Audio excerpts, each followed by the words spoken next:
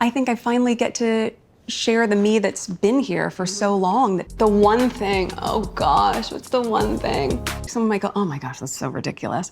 I was shocked. Did Meghan Markle go too far? She's trying so hard to promote herself, but her buzzwords, they just don't land. Oh, really? Oh, really? That feels odd to me.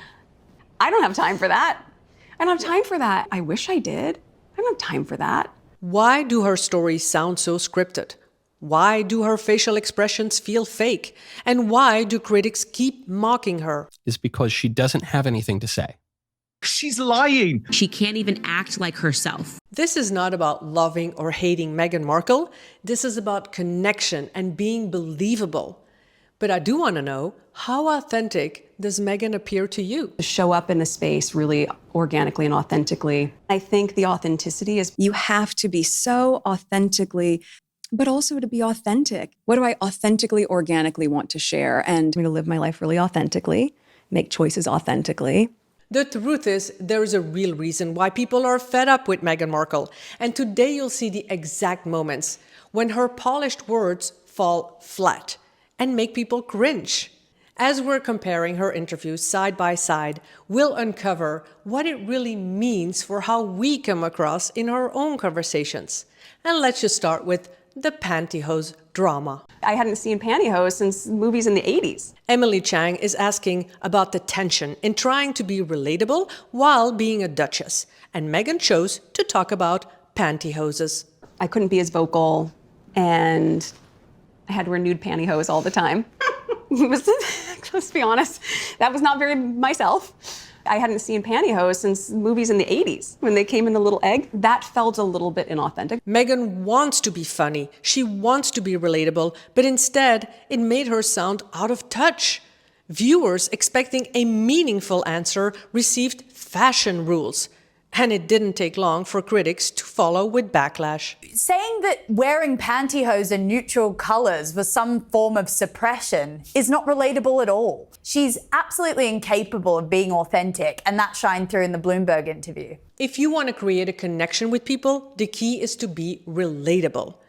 And Meghan's relatability slips away because people don't relate to struggles that they don't care about or they've never experienced. Does she hear herself when she talks? Out of touch, Meghan. It's not about whether the pantyhose was a real issue for Meghan or not, but whether this story makes you, us, the viewer, feel closer to her or creates a distance. Well, my dear viewer, you tell me, are you fascinated and captivated by Meghan's pantyhose story? Let me know in the comments, and while you're there, can you hit the like and subscribe and also that hype button?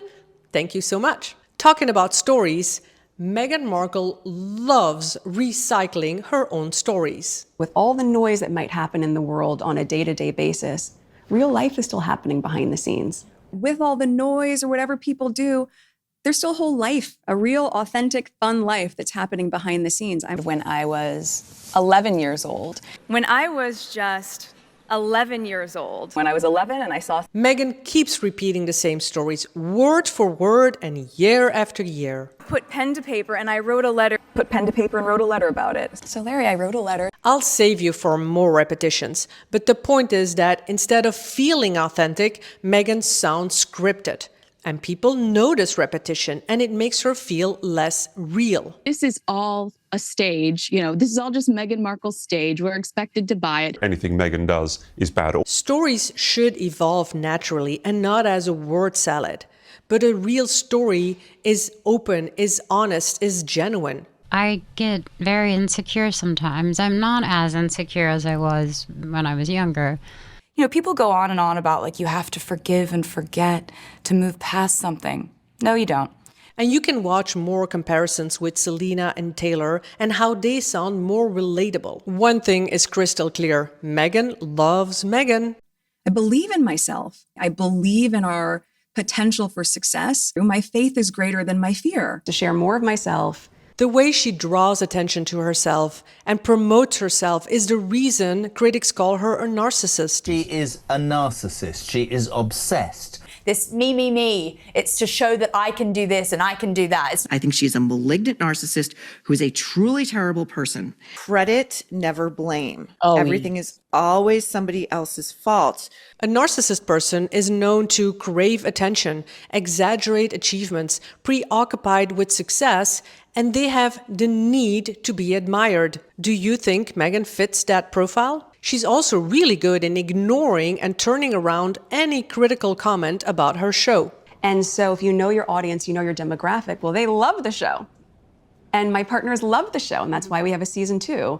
In real life, if you want to be more likable, then make space for others. It builds connection and trust. There is more than just the words in any conversation.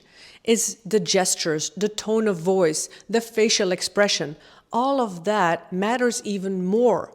And when watching Meghan, her expressions, it makes people cringe. And then adding her tone of voice, her sighs and whispers, they're not helping. Oh, goodness.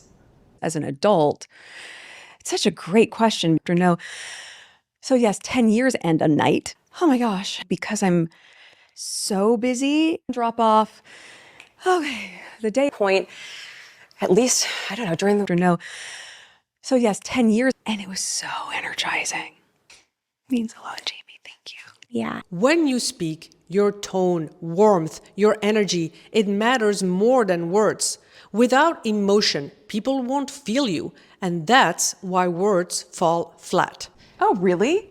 There's one thing that makes people really question Meghan's credibility, and that is when she's hiding her numbers.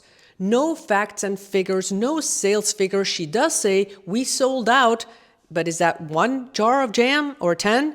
Nobody knows. The only numbers she's sharing is the minutes they sold out. The rosé sold out also in less than an hour? 44 minutes. I was shocked. Everything sells out in 45 minutes. Everything sold out in under an hour. Everything. Yeah. And 45 minutes. Oh, I forgot. She does mention more numbers, and that is we 10x'd the inventory.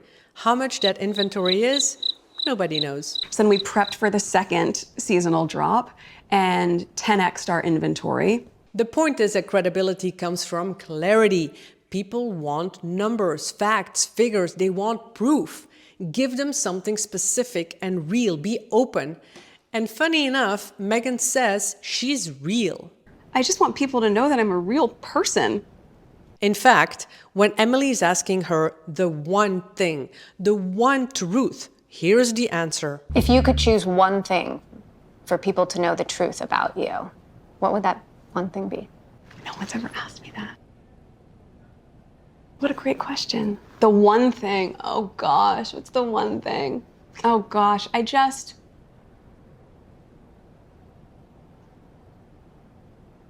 you know, I think when I sit with it for a second here, I just want people to know that I'm a real person. That I'm a real person. This is not about loving or hating Meghan Markle. This is about how polished words, without emotion, without warmth, without clarity, they get mocked. And people lose the connection. People tune out. But you tell me, do Meghan's interviews feel real to you? If you want to see how you can come across as more believable, trustworthy, likable, then just make sure you watch this next video. I'll see you there.